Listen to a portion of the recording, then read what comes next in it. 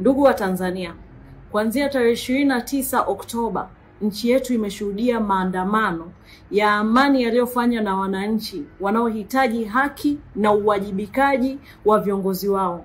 Kwa bahati mbaya sana, maandamano haya yamekumbwa na vitendo vya ukatili usioelezeka wa mauaji wa raia na majeruhi waliokoswa kuuawa uliofanywa na askari wa jeshi la polisi.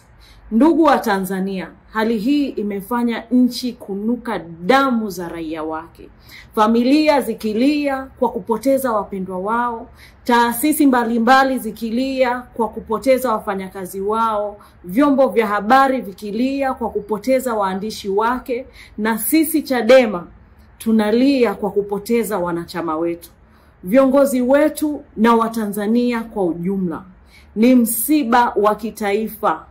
Ni msiba wa taifa zima, unaoumiza roho na unahitaji mshikamano wa kitaifa na mshikamano wa kisiasa.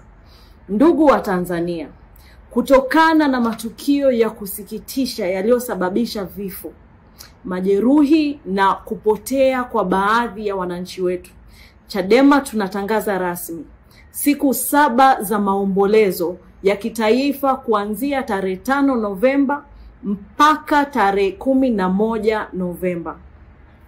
Ndugu wa Tanzania, ili kuonyesha heshima na huzuni ya taifa, bendera zote za chama katika ofisi za chama zitapepea nusu mlingoti kila siku kuanzia saa 12 asubuhi hadi saa 12 jioni katika siku zote 7 za maombolezo.